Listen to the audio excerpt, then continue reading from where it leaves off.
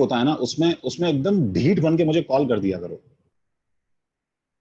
ठीक है? Just just call and yell at me कि आपको बोर्ड पे लेना था। हाँ, I know I know I know. अब अभी हमारा स्विच करने में टाइम चला जाएगा।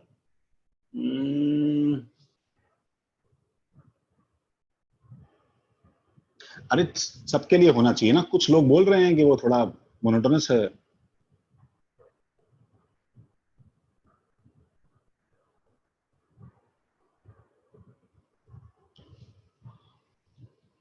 अच्छा अच्छा, ठीक है ठीक है ठीक है, 2 मिनट होल्ड करो, होल्ड करो यार, नालायक हूँ, होल्ड करो।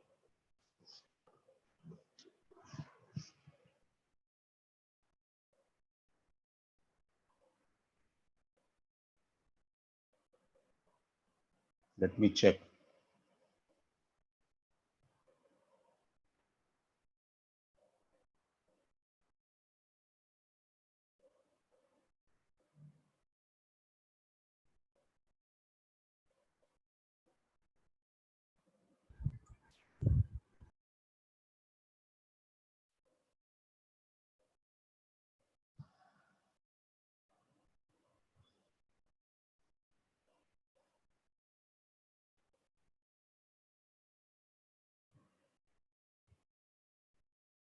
हाँ ठीक है, ठीक है। अ,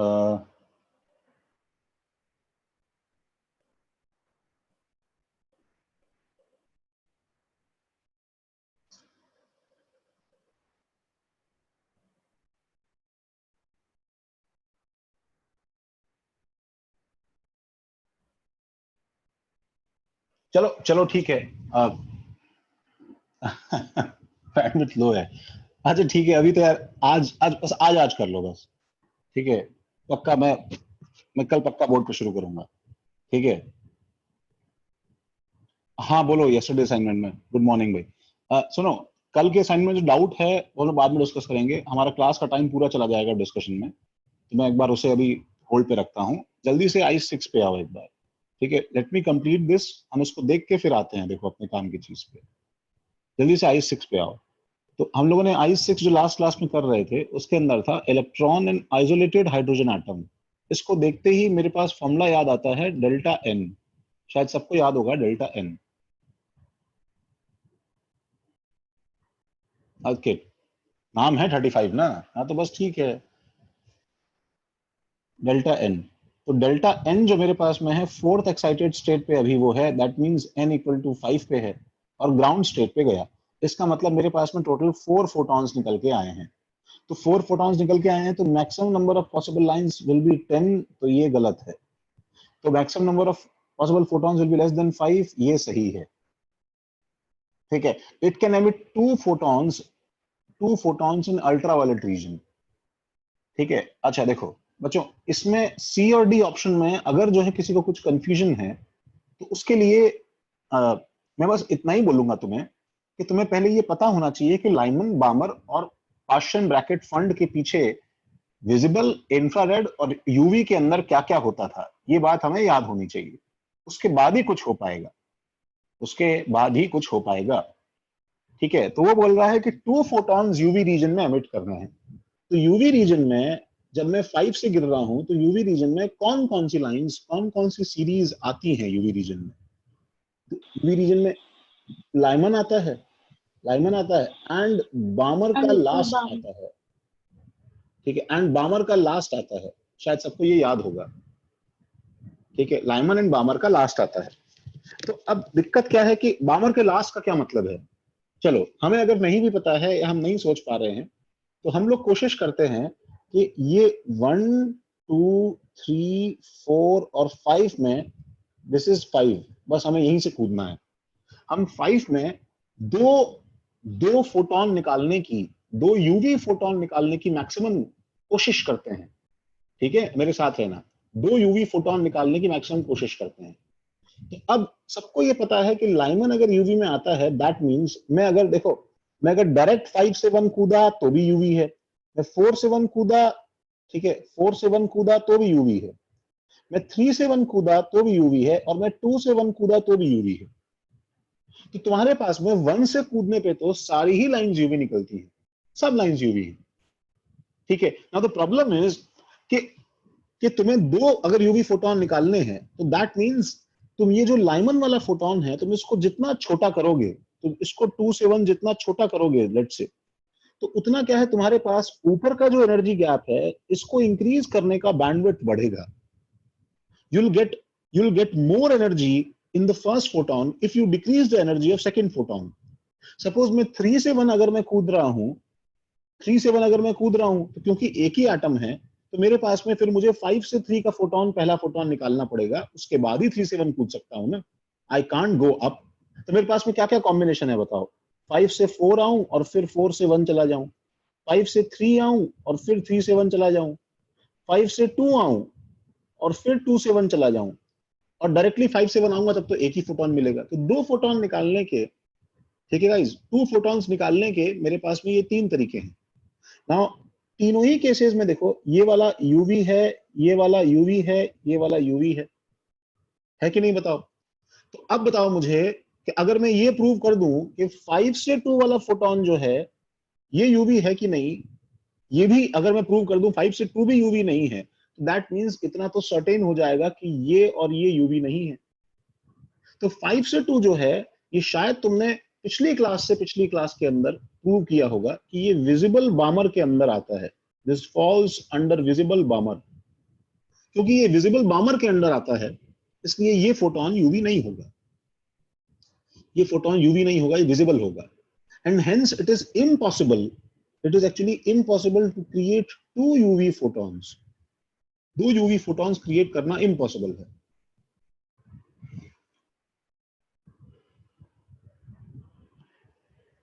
दो यूवी फोटॉन्स क्रिएट करना इम्पॉसिबल है। अच्छा, डी ऑप्शन देखो, डी ऑप्शन देखो, if an infrared photon is generated,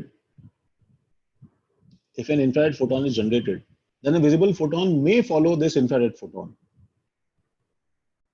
ठीक है। तो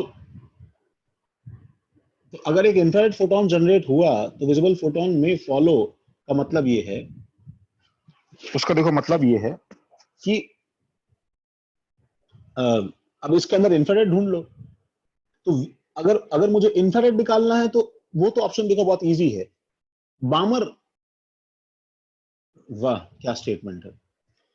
बामर जो है वो तो सारा का सारा विजिबल और यूवी में होता है, ठीक है। तो इंफ्रारेड निकालने के मेरे पास में कितने तरीके हैं, पाशन और ब्रैकेट, दैट इज 5 से 4 और 5 से 3 जो है ये दोनों इंफ्रारेड है और इंफ्रारेड है, ये बात हमें पता होनी चाहिए। 5 से 4 भी इंफ्रारेड है, 5 से 3 भी इंफ्रारेड है। अब फिर बात ये आती है कि क्या 4 से 2 और 3 से 2 विजिबल है या नहीं है। तो हाँ, अगेन हमने लास्ट टू लास्ट क्लास में सॉल्व किया होगा कि हमें मालूम होगा कि ये भी विजिबल है और ये भी विजिबल है। तो ये दोनों तरीके जो हैं ये एक्चुअली इंफ्रारेड के बाद में विजिबल निकालने का और इंफ्रारेड के बाद में विजिबल निकालने का तरीका है। हेंस बी ऑप्शन जो है ये एक्चुअली पॉसिबल है, इसलिए इसका आंसर बॉम्बे और दिल्ली है, बी और डी। इतना सबको क्लियर है ना भाई, सबने लिखा था ना इसके बारे में।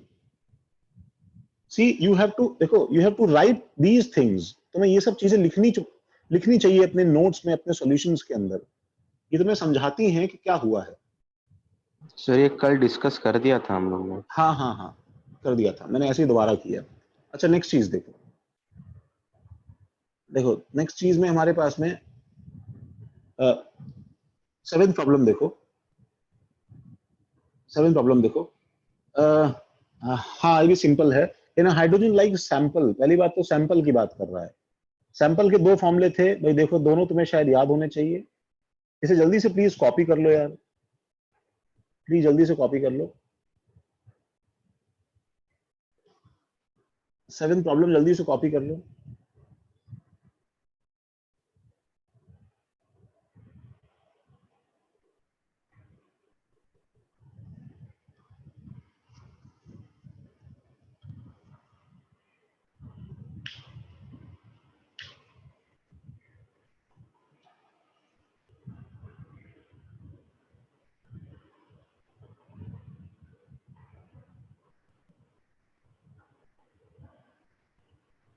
1 पे क्यों नहीं गिरता? नहीं नहीं, 1 पे गिरता है, 15 नंबर वो 1 पे गिरता है, बट प्रॉब्लम वाले ने जो बोल दिया हमारे लिए सब कुछ वही सही है, वो इवेंचुअली 1 पे गिर जाएगा। अगर तुमने असाइनमेंट 5 में प्रॉब्लम किया हो कि इलेक्ट्रॉन किसी एक्साइटेड स्टेट में 10 टू द पावर -8 सेकंड्स के ऑर्डर के लिए रहता है,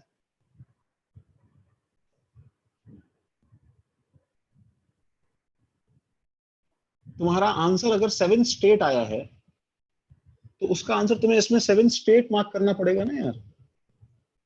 एक मिनट देखते हैं, सबने सबने i7 कॉपी किया?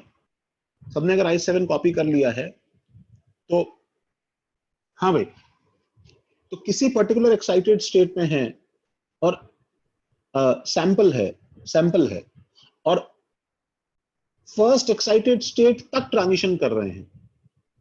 दैट मींस ये बहुत जरूरी है समझना कि फर्स्ट एक्साइटेड स्टेट बोला है तो प्लीज n में गड़बड़ी मत करना। n इज इक्वल टू यहाँ पे 2 है, ये ध्यान रखना। तो ये सवाल उल्टा है, यहाँ तुम्हें नंबर ऑफ लाइंस दी है, 15 डिफरेंट लाइंस हैं। अच्छा, जब तुम इक्वेशन बनाओगे तो बताओ क्या लिखोगे? 15 is equal to delta n into delta n plus 1/2। Now there is something with u and quadratic. मतलब मुझे समझ में नहीं आता कि कभी कभी बच्चे जो हैं एकदम देखते ही उन्हें एकदम से कुछ अंदर अंदर अंदर आग लग जाती है कि क्वाड्रेटिक आते ही कुछ, ठीक है, तुम्हारे शरीर में बिजली दौड़ जाती है कि you start forming -b plus -b² -4ac so fast कि तुम्हारे सामने अगर सिंपल x² इक्वल टू 4 लिखा है, ठीक है, तो सिंपली, ठीक है, डूइंग दिस, ठीक है, for you is x² -4 equal to 0 and b equal to 0 and -b² -4ac। Obviously तुम हर हर जगह क्वाड्रेटिक का सिली नॉनसेंस मत लेके आना, ठीक है। तो जिन लोगों ने इसे क्वाड्रेटिक से बनाया है, ठीक है, वो लोग इसके अंदर एक छोटा सा नोट बनाएं, ठीक है, कि अवॉइड क्वाड्रेटिक, ठीक है, ऐसी जगह पे क्वाड्रेटिक अवॉइड करो, avoid quadratic when when integral solutions are sure. जब तुम्हारे, क्या हो गया है स्टाइलस को यार, when integral solutions are sure, तो क्वाड्रेटिक को अवॉइड करो। मेरे बोलने का मतलब क्या है, सुनो, जब तुम्हें पता है इसका इसका जो सॉल्यूशन इंटीग्रल है, that means delta n into delta n plus 1 equal to 30 है। तो try to imagine two integers directly जिसमें 1 का डिफरेंस होता हो और जिनका मल्टीप्लिकेशन 30 होता हो। तो ऑब्वियसली इट इज 6 एंड 5, ठीक है, जिसमें 1 का डिफरेंस होता हो। बहुत सारे फैक्टर्स के अंदर 6 और 5 में 15 2, ठीक है, एंड सो ऑन, लेकिन 6 और 5 जिसमें 1 का डिफरेंस होता हो, तो ऑब्वियसली ये स्मॉलर नंबर है, ये छोटा नंबर है, ये लार्जर नंबर है, दैट मींस ये 6 होगा और ये 5 होगा। तो this gives us the answer delta n equal to 5। हाँ, डेल्टा n क्या है बताओ? That is n - 2 equal to 5। Option elimination से कर सकते हैं, बट ये भी कोई ज्यादा लंबा नहीं है बच्चे। n इज इक्वल टू क्या हो जाएगा? 7। ये 7n आया है, ये 7th स्टेट है। सुनो गाइस, ये 7th स्टेट है, ये 7th स्टेट है। This is not 7th excited state, this is not 7th excited state. हाँ, क्वाड्रेटिक से तो हो तो जाएगा, मैं बोल रहा हूं थोड़ा फास्टर तरीका है। ये 7th एक्साइटेड स्टेट नहीं है, कंफ्यूजन मत करना भाई कोई। तुम्हारी इक्वेशन को क्या पता कि तुम एक्साइटेड स्टेट किसे लेते हो? तुम्हारी इक्वेशन को क्या पता तुम एक्साइटेड स्टेट किसे लेते हो? हमारे लिए तो भाई जो हमारा n का आंसर तुम्हें इक्वेशन निकाल के देगा वो तुम्हारा प्रॉपर ऑर्बिट नंबर होगा। बोलो, किसी को कोई डाउट इसमें? पलक, यस सर। समझा? हाँ सर। अच्छा, इसे जल्दी से कॉपी करो, ठीक है, और हम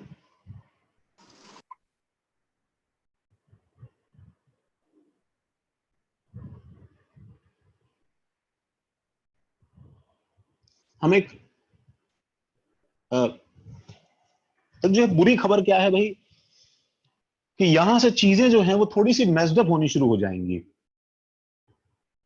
सुनो गाइस, आफ्टर आफ्टर 1 और 2 कॉन्सेप्ट्स चीजें थोड़ी मैस्ड होनी शुरू हो जाएंगी, एंड जो इसके आगे के कॉन्सेप्ट्स हम लोग देखने वाले हैं, जो प्रोबेबली हम लोग आज स्टार्ट करेंगे थोड़ा बहुत, ठीक है, वो they they they are actually very bad, मतलब they are actually so bad कि तुम्हें अभी क्या समझ में, तुम्हें मतलब शायद बाद में भी समझ में ना आए, शायद लोगों को फर्स्ट में भी समझ में ना आए, ठीक है। जिन्होंने कॉन्सेप्ट डिस्कवर किए, ठीक है, उन लोगों ने 10-10 साल उन कॉन्सेप्ट को पढ़ाया, उन्हें 10 साल बाद में समझ में आया कि shit they taught it wrong, ठीक है। तो they are actually those are the things that shaped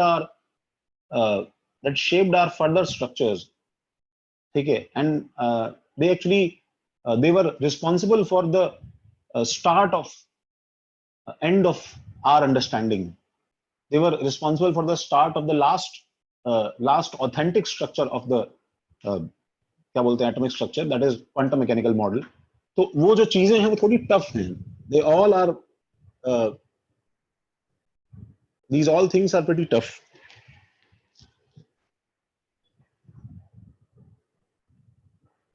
ठीक है। एक्सेप्शंस की बात नहीं है, चलो देखो, तो before we start that thing, there is one last thing. Bohr का जूस निकालने के लिए हमारे पास बस एक चीज और है, and that one last thing is, ठीक है, that actually one last thing is, देखो इसमें लिखो इक्वी एनर्जी ट्रांजिशन।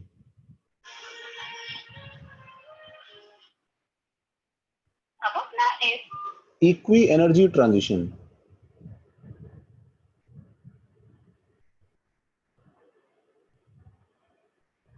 ये भी थोड़ा टफ है बट स्टिल तुम्हें समझ में आ जाएगा। सुनो, देखो ध्यान से देखना। नाउ इमेजिन अ सिचुएशन जिसके अंदर क्या है कि एक मेरे पास में, ठीक है, एक मेरे पास में ऐसा Z एटॉमिक नंबर का H लाइक स्पीशीज है जिसमें हम किसी N1 ऑर्बिट से N2 ऑर्बिट के अंदर ट्रांजिशन कर रहे हैं। तो इलेक्ट्रॉन ऊपर था एंड ये इलेक्ट्रॉन नीचे जंप किया, ठीक है, नीचे जंप किया, और इससे क्या है, देखो इससे क्या है, इससे एक फोटोन निकला, और ये फोटोन जो है ये एक्चुअली, ठीक है, नाउ इमेजिन ये फोटोन किसी और जो है, ठीक है, एटम में घुस गया और उसका एटॉमिक नंबर Z डैश है और वो भी H लाइक है,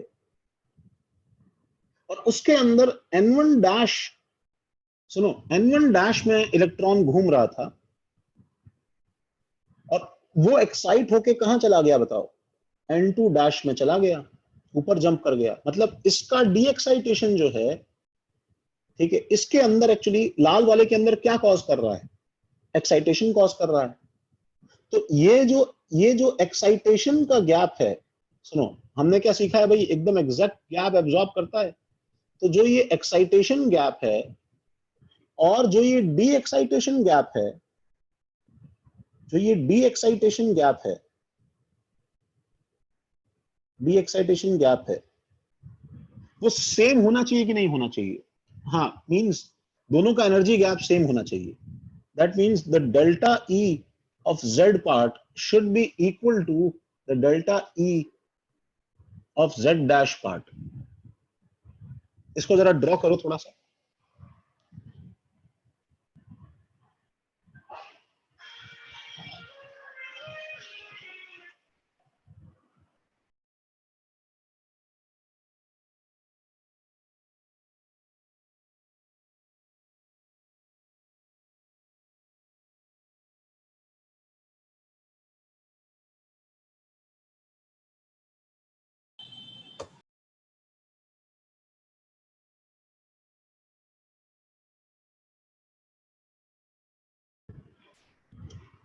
हाँ, रुको रुको रुको,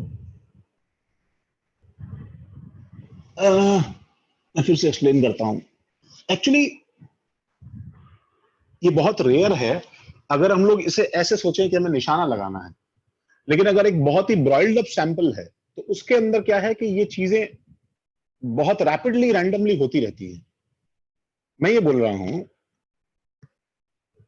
कि जब इलेक्ट्रॉन इसके N2, जब इलेक्ट्रॉन इसके n2 ऑर्बिट से इसके n1 ऑर्बिट में जंप किया, नीचे जंप किया, तो इसके नीचे जंप करने से एक फोटोन रिलीज हुआ ना, इसके नीचे जंप करने से एक फोटोन रिलीज हुआ।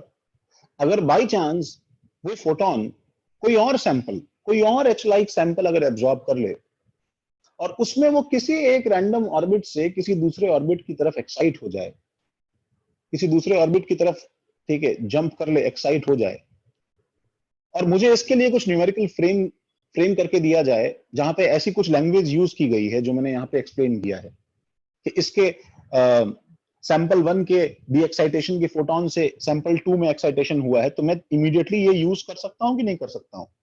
क्योंकि जो फोटोन एमिट होगा, सुनो, जो फोटोन एमिट होगा, ये वाला फोटोन बताओ प्रिसाइजली किसके गैप के बराबर होगा? प्रिसाइजली गैप ऑफ जेड के बराबर होगा। और अगर इसने एब्जॉर्ब किया है तो दिस मस्ट ऑल्सो बी, इसको और किसके बराबर होना चाहिए? This must also be precisely equal to gap of what? Precisely gap of Z dash के बराबर होना चाहिए, जेड डैश के बराबर होना चाहिए। तो जैसे ही मैं ये इक्वेशन बनाऊंगा, 25 समझा क्या? मैं ये इक्वेशन बनाऊंगा तो देखो मैं ब्लू के लिए क्या लिखूंगा? मैं ब्लू के लिए लिखूंगा मैं ब्लू के लिए लिखूंगा कि 13.6 इंटू जेड स्क्वायर, ठीक है, मॉड में क्या लिखूंगा बताओ? 1/n1 square minus 1/n2 square is equal to, मैं रेड के लिए क्या लिखूंगा बोलो? Same equation, 13.6 Z dash square. देखो भाई, सब लोग आराम से देखो, जब मैं लाल के लिए लगा रहा हूं तो जस्ट इमेजिन एज इफ मैं रेड को ही सॉल्व कर रहा हूं, सब कुछ देखो रेड के लिए है। जेड डैश स्क्वायर इनटू क्या बताओ? 1/n1 डैश स्क्वायर, ये 12 लग रहा है थोड़ी शक्ल देखने पे, n1 dash square minus 1/n2 dash square.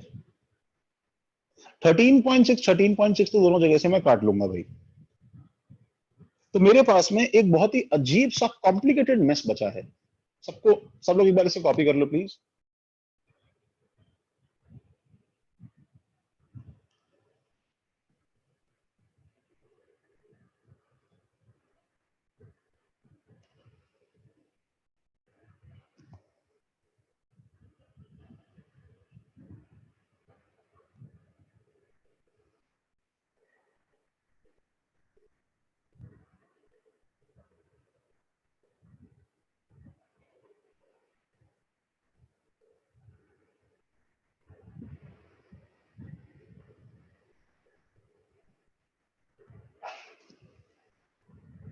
Twenty five समझा क्या?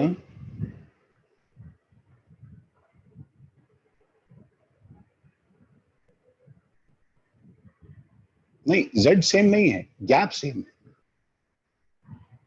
सुनो, z सेम नहीं है, गैप सेम है। देखो मैं आ रहा हूं एक बार और, मैं इसे हटाऊं तो मेरे पास में देखो बॉटम लाइन, मेरे पास में क्या इक्वेशन फॉर्म हो गई? मेरे पास ये इक्वेशन फॉर्म हो गई, z square into 1/n1 square minus 1/n2 square is equal to क्या हो गया बताओ? z dash square into 1/n1 dash का स्क्वायर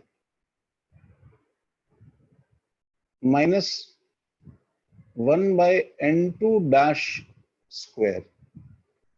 ओके, हाँ 007 हाथ खड़ा करो।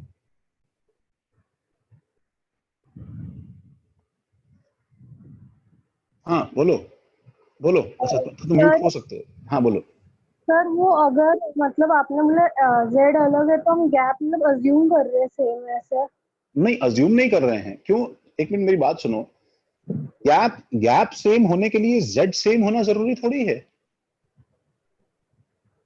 गैप सर सेम होने के लिए, दो ऑर्बिट्स के बीच में सेम एनर्जी डिफरेंस होने के लिए उसका एटॉमिक नंबर सेम होना जरूरी थोड़ी है, ऑर्बिट नंबर भी तो डिफरेंट होगा ना। मेरी बात सुनो, सपोज अगर, समझे यस सर। क्या? हाँ सर। हाँ, जेड डैश अगर बड़ा है तो एन डैश भी तो बड़ा हो सकता है ना। हाँ सर, अभी समझिए। Okay sir. अच्छा, तो सुनो गाइज, अब लास्ट थिंग, मुझे वैसे तो बोलूं तो that this equation is too complicated to solve, ये सॉल्व नहीं होने वाला, this is too complicated to have exact all possible solutions. सारे पॉसिबल सॉल्यूशंस तुम सोचो कि तुम मैथ्स में जैसे निकालते हो वैसे वैसे अगर निकाल लो तो वो तो नहीं होने वाला, ठीक है, बिकॉज उसके अंदर इतने सारे वेरिएबल्स हैं, एक सिंगल सी इक्वेशन है, ऐसे कुछ होने नहीं वाला। हम लोग इसमें एक जो है ना, एक एक बहुत ही सिंपल केस, ठीक है, इसके इसके सिंपलेस्ट सॉल्यूशन को हम लोग डील करते हैं। एंड सिंपलेस्ट सॉल्यूशन कैसे बने हैं पता है? वो ऐसे बने हैं कि एनर्जी गैप बराबर करने के लिए लोअर की एनर्जी, ठीक है, lower of Z is equal to lower energy of Z is equal to lower energy of Z dash कर देते हैं। Lower energy of Z equal to lower energy of Z dash कर देते हैं, ठीक है। एंड देखो, and higher energy of Z, higher energy of Z equal to higher energy of Z dash कर देते हैं। हम सिर्फ ये वाला केस कंसिडर करके अपने सारे न्यूमेरिकल सॉल्व करते हैं। इसके अलावा बहुत रेयरली कुछ और केसेस बन सकते हैं, लेकिन see what we are going to do is, देखो गाइस, देखो हम लोग कुछ ऐसा करने वाले हैं कि हम लोग इसका जो फर्स्ट वाला जो एनर्जी है, ये हम इसके, देखो इसके बराबर कर देंगे, और हम लोग इसका जो सेकंड वाला एनर्जी है, ठीक है, ये वाला, ये हम लोग इसके बराबर कर देंगे। मतलब हम ड्यूरिंग सॉल्विंग केसेस, ठीक है, हम सिर्फ यही वाले केसेस लेके अपने आंसर निकाल लेते हैं। And most of the cases में हमारे हमारे सारे जो आंसर्स आएंगे वो सब सही होंगे। कभी रेयरली कहीं कोई गैप किसी और गैप के अगर बराबर होता है तो बहुत मुश्किल है आइडेंटिफाई करना, ठीक है। बट देखो, फर्स्ट फर्स्ट जस्ट सी मी, एटलीस्ट मैं कैसे सॉल्व कर रहा हूं उसको एक बार फॉलो करने की कोशिश करो, फिर तुम ऑब्जेक्शंस रेज करना एक बार। मैं ये बोल रहा हूं, बताओ लोअर एनर्जी क्या हो जाएगी? लोअर एनर्जी ये हो जाएगी Z square divided by n1 square is equal to क्या, बताओ, तो क्या, z dash square divided by n1 dash square. Similarly, अच्छा दोनों का स्क्वायर रूट हटा दिया तो मेरे पास क्या आ गया बताओ? मेरे पास आ गया z by, I am sorry, मेरे पास क्या आ गया? मेरे पास आ गया z by n1 is equal to, ठीक है, इज इक्वल टू क्या बताओ? z dash by n1 dash. By the way सुनो, देखो अब मैं खैर हायर के लिए भी लिख लूंगा ऐसा, उसमें कोई दिक्कत नहीं है। देखो मेरे पास में एक जो है ना, एक एक मेरे पास में अजीब सा रिलेशन आ गया है।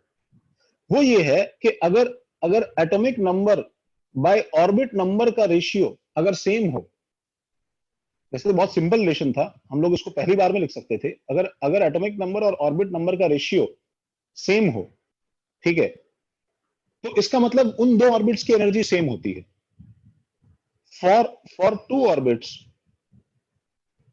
फॉर टू ऑर्बिट्स, एक बार जरा इतना लिखो और ये स्टेटमेंट जरा कॉपी करो please,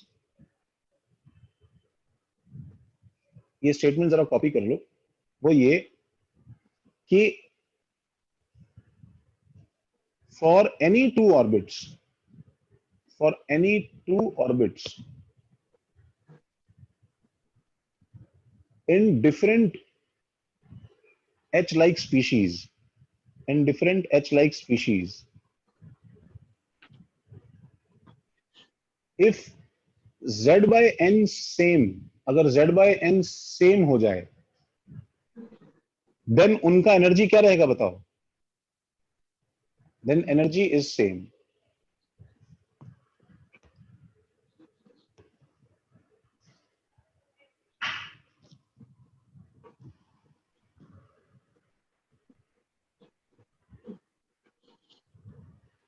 then energy is same.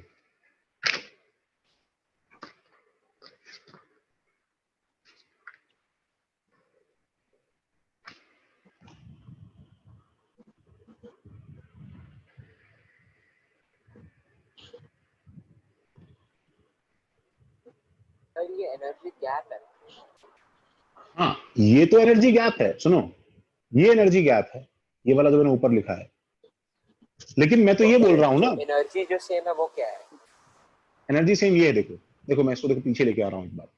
हम लोग ये बोल रहे हैं कि ये वाला ट्रांजिशन जो है ये एक्चुअली तभी होगा, सुनो, ओके ये वाला ऐसे काम नहीं करता क्या? हम लोग ये बोल रहे हैं कि ये वाला ट्रांजिशन एक्चुअली तभी होगा, सुनो एक मिनट थोड़ा इसको साफ करने दो। ये वाला ट्रांजिशन तभी होगा जब नीचे वाले की एनर्जी किसके बराबर होगी बताओ? इसके नीचे वाले के, ये दोनों सेम हो। और ऊपर वाले की एनर्जी किसके बराबर होगी बताओ? इसके ऊपर वाले के। इतनी सिंपल सी बात मैंने बोली है कि फॉर दिस टू हैपन, ये फोटोन इस फोटोन के इस जो इलेक्ट्रॉन के अंदर घुस के इसको एक्साइट कर दे, ये चीज तभी होगी जब नीचे का एनर्जी नीचे के बराबर हो और ऊपर का एनर्जी ऊपर के बराबर हो। समझ रहे हो? तो इसके लिए मुझे क्या करना पड़ेगा बताओ? इसके लिए मुझे इसके अंदर ये ऑर्बिट नंबर सपोज अगर निकालना है, तो ये ऐसा ऑर्बिट नंबर निकालना है जिसकी एनर्जी किसके बराबर होती हो? इसके n-th ऑर्बिट के बराबर होती हो z एटॉमिक नंबर में। हाँ z डिफरेंट है, हाँ z डिफरेंट है। अरे नहीं बच्चे रुक जाओ, एक बार रुक जाओ। हाँ एग्जांपल दे रहा हूँ तुम तो देखो ना, तुम इतना कॉपी तो करो, मैं तुम्हें दे रहा हूँ। प्लीज इतना कॉपी करो पहले, तुम्हें सब समझ में आ जाएगा। मैं डाउट कुछ और था। मेरा डाउट ये है कि जो अपने स्टेटमेंट है ना, if z by n is same, क्या है फिर से बोलो। जो स्टेटमेंट आपने लिखा ना फॉर एनी टू ऑर्बिट्स वाला, हाँ then gap will be same. नहीं, अभी देखो, अभी तो मैंने दो ऑर्बिट्स कौन से लिए हैं?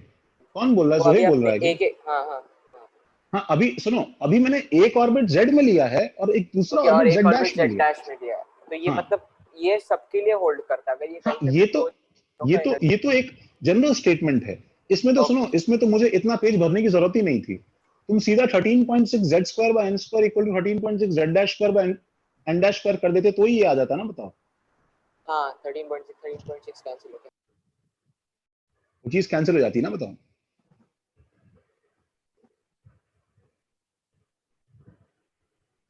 अच्छा देखो सर एक मिनट सर, हाँ बोलो। अगर हम लोग हायर एनर्जी दोनों का सेम ले रहे हैं और लोअर एनर्जी भी ले रहे हैं, तो फिर n तो 1/n1 square minus 1/n2 square और सिमिलरली दूसरे साइड का कैंसिल हो जाना चाहिए। हाँ कैंसिल, हाँ वही तो, तभी तो इसमें इक्वालिटी का साइन है ना बेटा। हाँ पर सर फिर वो z square equal to z dash square आ रहा है। अरे नहीं तो नहीं हो नहीं नहीं, सकता। एक मिनट। हाँ, अरे तुम समझ क्यों नहीं रहे हो? सुनो, मैंने ये थोड़ी बोला है कि n1 और n1 डैश सेम है। मैंने बोला है z dash by n1 dash, अच्छा z square by n square और z dash square by n1 dash square same है। At the same time z square by n2 square, सुनो, equal to z dash square by n2 dash square है। मैं ये बोल रहा हूँ। अच्छा सर, सुनो गाइस, इसमें देखो अगर कंफ्यूजन है तो मैं दोबारा लिख रहा हूं। मैंने ये बोला है कि z square into 1/n1 dash, sorry 1/n1 square था माइनस 1/n2 स्क्वायर था, is equal to colour change करते हैं, z dash square into 1/n1 dash square था माइनस 1/n2 डैश स्क्वायर था। तो मैंने ये बोला है कि इसका फर्स्ट टर्म, इसका फर्स्ट टर्म क्या है भाई? इसका फर्स्ट टर्म है z स्क्वायर, अरे यार कलर लेके परेशान हो गया मैं, z square by n1 square, ये इसका फर्स्ट टर्म है। ये इसके फर्स्ट टर्म के बराबर है, ठीक है? क्या है इसका first term? z dash square by n1 dash square. And इसका सेकंड टर्म, ठीक है, एंड इसका second term z square by n2 square बराबर है उसके सेकंड टर्म के, जो कि क्या होगा? z dash square by n2 dash square. अच्छा ये हमने बोला है। बोलो ठीक है क्या? हाँ आप समझिए सर। अच्छा सुनो, अब इसका एग्जांपल एक बार सुनो। किसी को अगर थोड़ा कम समझ में आया है तो भी एक बार होल्ड ऑन करो, शायद तो मेरी बात समझ जाओगे मैं क्या बोलना चाह रहा हूं। ठीक है, तो मैं ये बोलना चाह रहा हूं n2 more than n1, n2 more than n1, n2 more than n1। हाँ, n2 मोर देन n1 है ना दोनों के लिए। सुनो, दोनों ही केसेस में है ऐसा, मेरी बात सुनो। दोनों केसेस में n2 मोर देन n1 था and n2 dash more than n1 dash था। तभी तो इसमें जो ये गिरेगा, तभी तो इसके अंदर वो यहां से यहां, सॉरी, इसमें जो ये गिरेगा, ठीक है, तभी तो इसमें n1 डैश से n2 डैश जाएगा। इसका डी एक्साइटेशन तभी तो एक्साइटेशन करेगा ना उसके अंदर। इसमें एनर्जी एमिट हो रही है तो उसमें एनर्जी एब्जॉर्ब हो रही है ना। अच्छा चलो देखो देखो देखो देखो, हमारा फर्स्ट सवाल देखो। तो हम लोग अपना पहला सवाल देखते हैं कि find orbit number of helium plus having same energy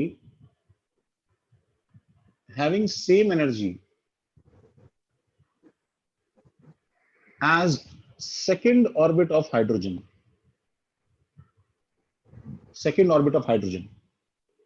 अच्छा, वैसे तो मैं बताऊं, अगर मैं तुम्हें कुछ नहीं बताता तो भी बहुत सारे बच्चे ये सवाल कर लेते, इनफैक्ट ऑलमोस्ट सभी ये सवाल कर लेते, इसमें ऐसी कोई खास बात है ही नहीं। ठीक है, देखो मान लो ये चीज जो है, देखो ये चीज ब्लू है गाइस। अभी अभी जो है कुछ मत करो। हाँ सही है, तुम्हारा आंसर सही है। देखो रुक जाओ, देखो मान लो ये चीज ब्लू है, ठीक है, जो हमने इतनी से ड्रॉ किया था ये चीज ब्लू है, और मान लो ये चीज रेड है। देखो ये चीज रेड है, तो बताओ इसमें क्या अननोन है? इसमें अननोन हमारा वो एन डैश है। तो मैं क्या लिखूंगा बताओ?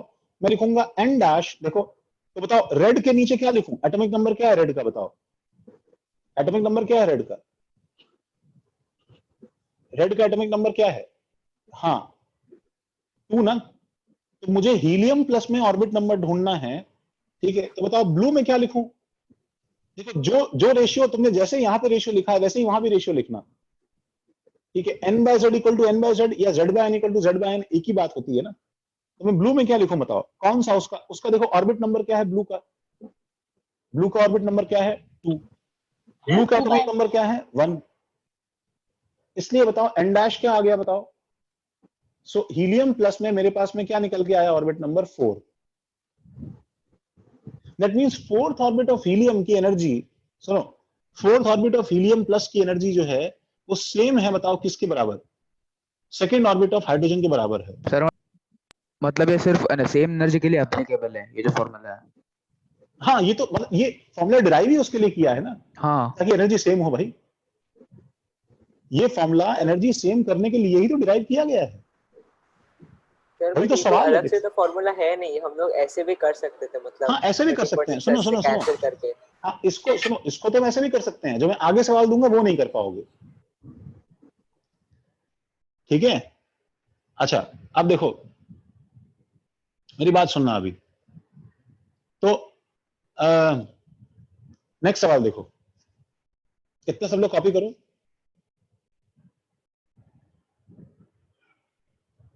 जिन लोगों के पास में कलर्स नहीं है यूज करने के लिए, देखो वो लोग इसको ऐसे लिख सकते हैं थोड़ा प्यार से। देखो n of He plus upon z of He plus, थोड़ा इतना पेन लेके, is equal to n of hydrogen upon z of hydrogen. ये हमने लगाया है यहाँ पे। देखो हम सवाल को एकदम से जो है टफ बनाते हैं, ठीक है। सुनो, an electron de-excites, an electron de-excites from n equal to 5, from n equal to 5 to n equal to 3, from n equal to 5 to n equal to 3।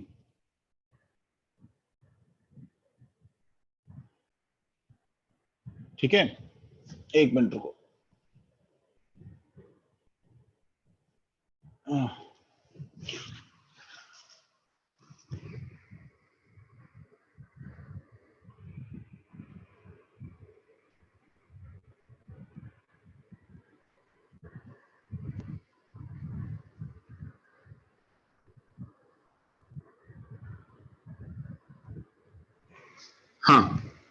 From from n equal to 5 to n equal to 3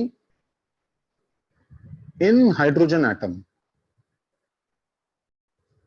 तो find corresponding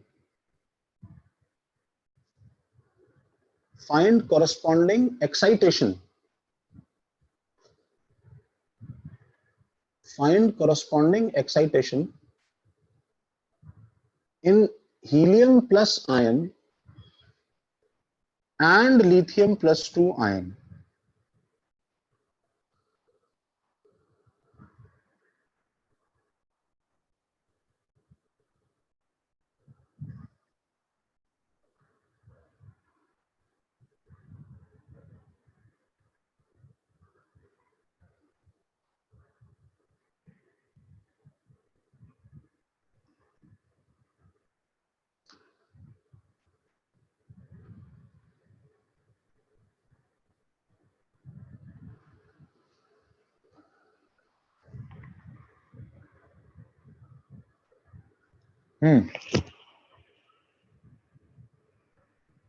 ठीक है, हाँ सही है।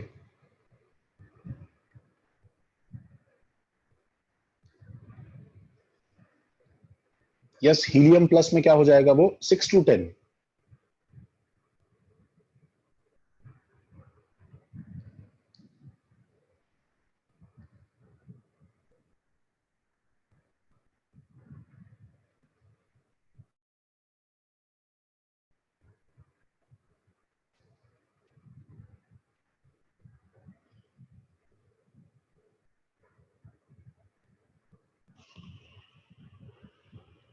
मतलब देखो वो कुछ ऐसा हो जाएगा। हाँ हाँ बिल्कुल सही है। लिथियम प्लस 2 के लिए वो हो जाएगा 9 to 15। हाँ, हीलियम प्लस के लिए 6 to 10 है, सही बात है। लिथियम प्लस 2 के लिए 9 to 15।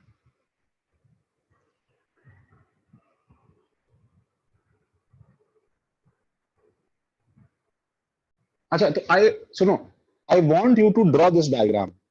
हाइड्रोजन के लिए वो 1 2 3 4 और 5 है, तो वो 5 से 3 पे गिरा है, यहां से यहां। तो ये n1 इक्वल टू 3 है और ये n2 इक्वल टू 5 है। तो भाई देखो, n of He plus, guys सुनो, n of He plus upon z of He plus कितना है 2 is equal to n of hydrogen 3 upon z of hydrogen 1। So हमको n ऑफ He प्लस जो है ये कितना मिला, 6 मिल गया है। तो मैंने इसको जो है डायरेक्टली जो कन्वर्ट कर लिया किसके अंदर बताओ, हीलियम प्लस के उस ऑर्बिट के अंदर कन्वर्ट कर लिया जिसका एनर्जी जो है इसके बराबर होता है, n1 इक्वल टू 3 के बराबर होता है, उसमें से डायरेक्टली कन्वर्ट कर लिया। ठीक है, उसमें ऐसे डायरेक्टली कन्वर्ट कर लिया है। तो सेम प्रोसेस में 5 पे लगाऊंगा तो मेरे पास क्या आ जाएगा बताओ, मेरे पास 5 जो है वो 10th ऑर्बिट के बराबर हो जाएगा, मेरे पास वो 10th ऑर्बिट के बराबर हो जाएगा। सेम वे में अगर मैं n of He plus upon 2 is equal to 5/1 तो n of He plus is equal to 10 हो जाएगा। तो सेम कंसेप्ट लिथियम के लिए भी हो जाएगा। हाँ ठीक है, फॉर Li प्लस 2 हम ऐसा बोल सकते हैं कि n ऑफ Li प्लस 2, देखो थोड़ा फास्ट करना शुरू कर दें अगर हम लोग, तो हम डायरेक्टली एक बार में आंसर निकाल लेते हैं कि n of Li plus 2 isn't it equal to, देखो n of hydrogen divided by z of hydrogen into z of Li plus 2। देखो ये एक्सप्रेशन ऐसे हम याद कर सकते हैं, थोड़ा और फास्टर करने के लिए। कैसे, देखो ब्लू बाय ब्लू का जो रेशियो है इसको तुम जिस ब्लैक से मल्टीप्लाई करोगे ये तुम्हें उस ब्लैक का ऑर्बिट नंबर निकाल के दे देगा।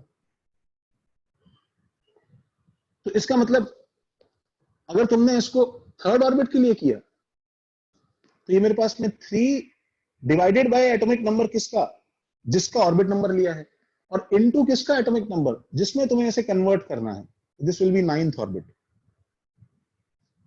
और सिमिलरली फिफ्थ ऑर्बिट के लिए डिवाइडेड बाय फर्स्ट उसका एटॉमिक नंबर इनटू जिसके ऑर्बिट नंबर में तुम्हें कन्वर्ट करना है इनटू 3 उसका 15th ऑर्बिट, उसका 15th ऑर्बिट।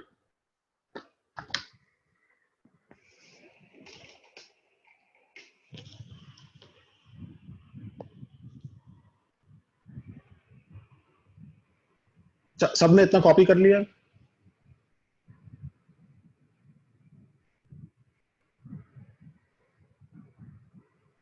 सर ये एक शॉर्टकट मेथड हो गया ना, वरना कर तो 13.6 वाले से भी सकते थे ना। कर सकते थे। उसमें n1 स्क्वायर और n2 स्क्वायर पे केस लेके करना पड़ता। प्रॉब्लम ये है ना, मैं तुम्हें देखो अभी बताता हूँ, प्रॉब्लम ये है कि सवाल अभी ना इतना ज्यादा बड़ा आ जाएगा कि तुम अगर वैसे सोचोगे ना तुमको इतना टाइम कंज्यूम हो जाएगा कि तुम्हें जल्दी से इसी से करना पड़ेगा, तुम्हें जल्दी जल्दी गैप से गैप मैच मैच कर करके करना पड़ेगा। Okay sir. मैं तो खैर मैंने पहले ही बोला था कि वो कॉन्सेप्ट इसमें कुछ नई बात नहीं, बहुत सिंपल सी चीज है, बट हमें ध्यान रखना है कि ऐसे ही करना है। ऐसे सवालों को इसी तरह किया जाता है क्योंकि वो प्रॉब्लम जो है उसमें इतना कम टाइम मिलता है कि हम इसको स्क्रैच से सब कुछ सॉल्व करने का नहीं सोच सकते हैं। हाँ तुम कर सकते हो असाइनमेंट 7 एक्चुअली, रुक जाओ।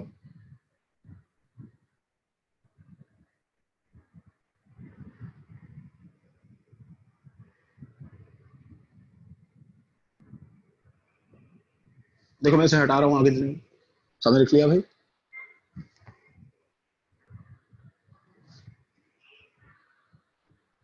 अच्छा देखो, एक देखो ये जरा प्रॉब्लम लिखो कि in Li plus 2 an electron de-excites from n equal to 8 to n equal to 6. Find corresponding excitation.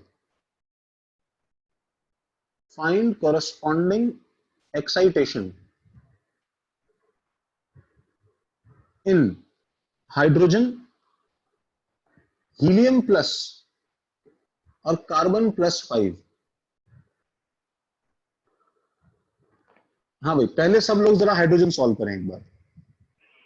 ऐसे जब तुम कॉपी में लिख रहे हो, सुनो बच्चों, जब तुम कॉपी में लिख रहे हो ठीक है, तो ऐसे थोड़ा उसको नीटनेस बनाने के लिए ठीक है, नीचे ऐसे 3 डायग्राम बना दो, उसमें ऐसे 2-2 ऑर्बिट बना दो। ठीक है, तुम्हें यहां पे वो ऑर्बिट नंबर लिखने हैं। हाँ 59 सही बात है। नहीं 007 गलत हो गया।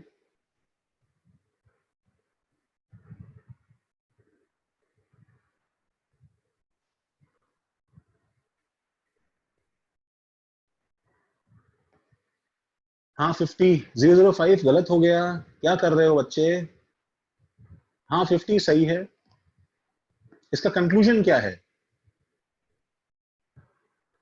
हाँ 59 ये भी सही है। अरे 006 कहां चले गए? आज हो नहीं क्या तुम?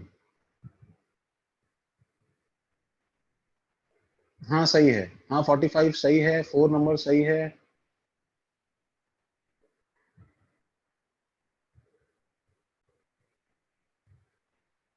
उल्टा 59 उल्टा बता रहे हो।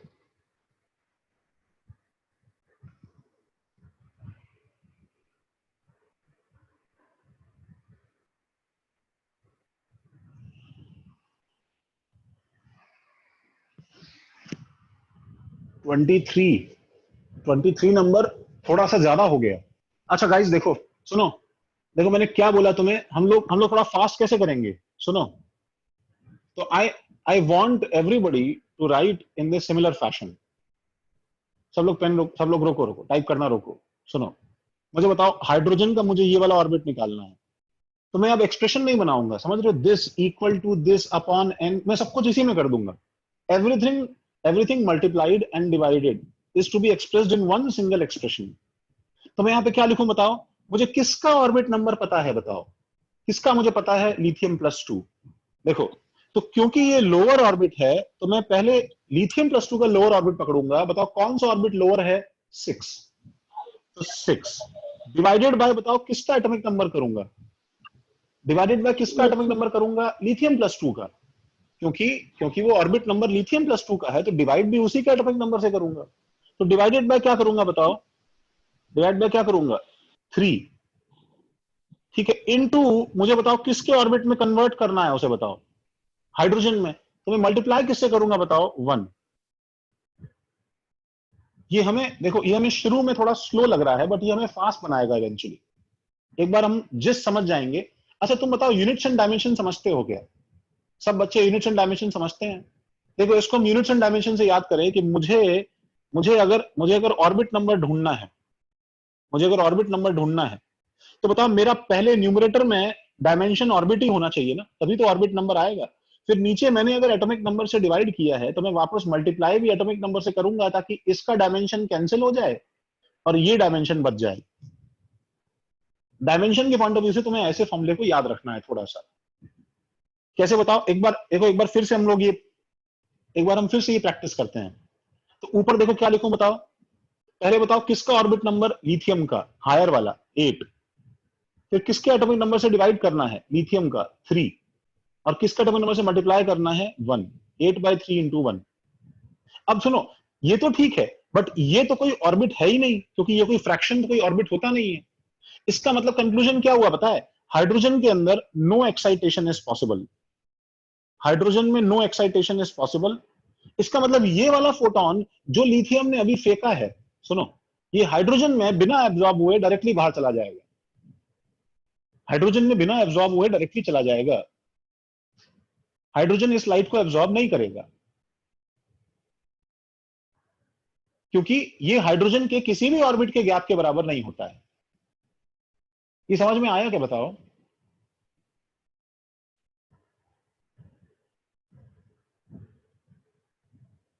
बोलो बच्चों।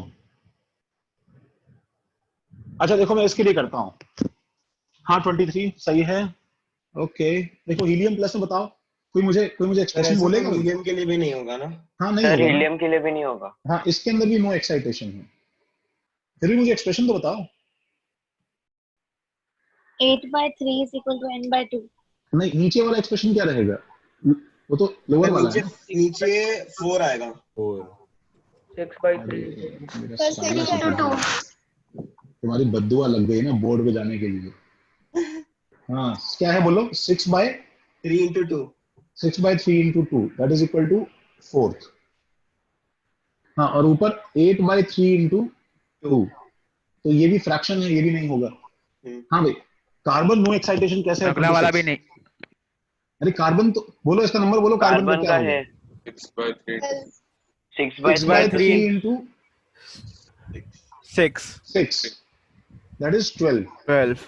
हाँ बोलो इसका अगला वाला 8/3 × 6 8/3 होगा × सर इसमें। 6 इसका होगा 16 इसमें होगा ना? होगा सर। तो इसमें जल्दबाजी ये कर वाला दी। फोटोन, देखो ये वाला फोटोन स्पेसिफिकली इसी ट्रांजिशन को कर सकता है 12 से 16, बस और कुछ नहीं कर सकता है। ये हम लोग बोलना चाहते हैं कि हमने लोअर से लोअर और हायर से हायर मैच करके ये हमने कंक्लूजन निकाला है।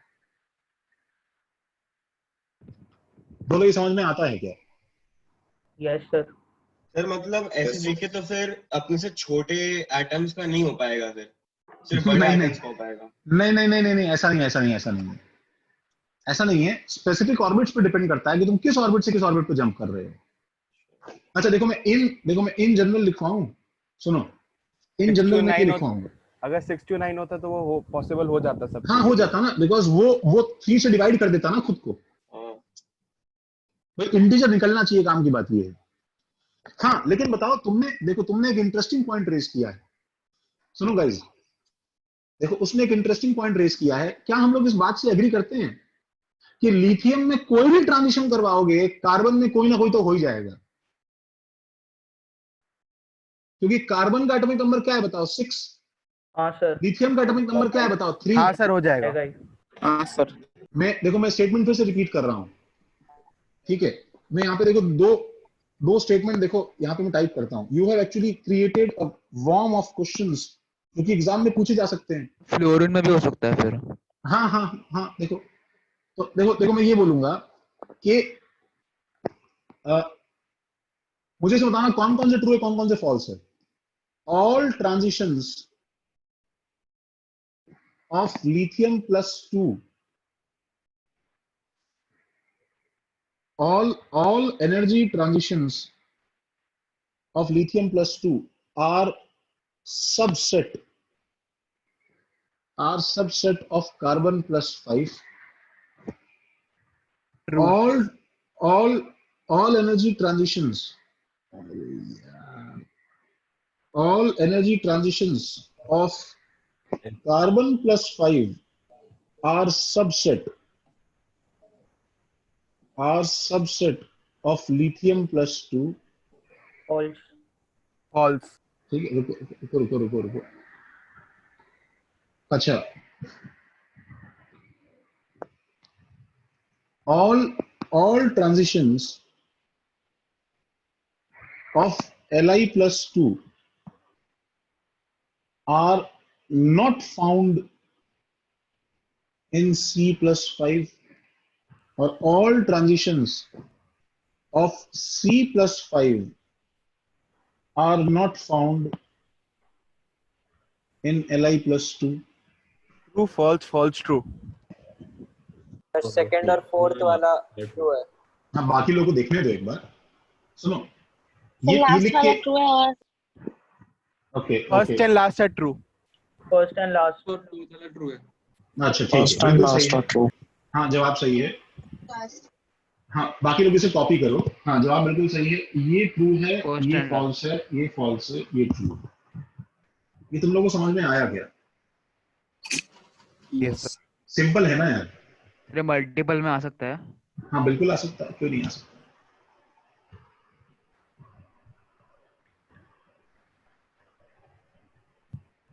ये 4 सेंटेंस जल्दी से लिख लो, आगे चले प्लीज। सर आप सबसेट किस सेंस में यूज कर रहे हो? सबसेट इन सेंस पे यूज कर रहा हूं कि देखो, मतलब तुम इसके अंदर कहीं से कहीं भी कूद जाओ, सुनो, तुम इसमें कहीं से कहीं भी कूद जाओ, तो जो नंबर जनरेट होगा ना तुम्हारे पास में, वो नंबर का कॉरस्पॉन्डिंग ट्रांजिशन तुम्हें इसमें जरूर मिलेगा, कोई ना कोई। अच्छा, यस अंडरस्टैंड। समझ रहे हो क्या? Yes sir. ठीक है।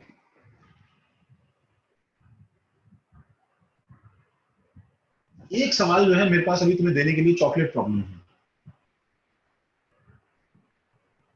ठीक है, जो शायद तुम्हारी पीडीएफ में नहीं है, मुझसे छूट गया, कभी कभी बस मुझे अच्छा लगता है। क्या बोल रहे हो? C+5 are subsets of fluorine.